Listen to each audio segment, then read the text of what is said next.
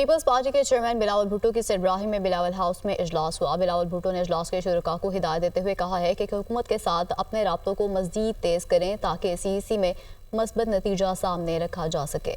Pakistan Peoples party کے chairman Bilawal Bhutto Zardari کی سربراہی میں بلاول ہاؤس میں اجلاس ہوا۔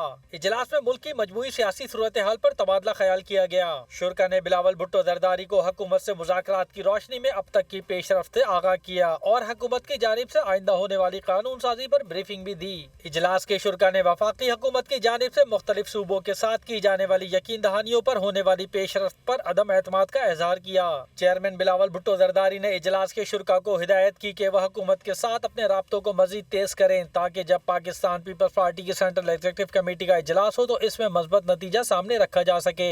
اجلاس میں وزیر اعلیٰ سندھ سید مراد علی شاہ، بلوچستان کے وزیر اعلیٰ میر سرفراز بگٹی، گورنر پنجاب سردار سلیم حیدر، خیبر پختونخوا کے گورنر فیصل کریم کنڈی سمیت دیگر رہنماؤں نے شرکت کی۔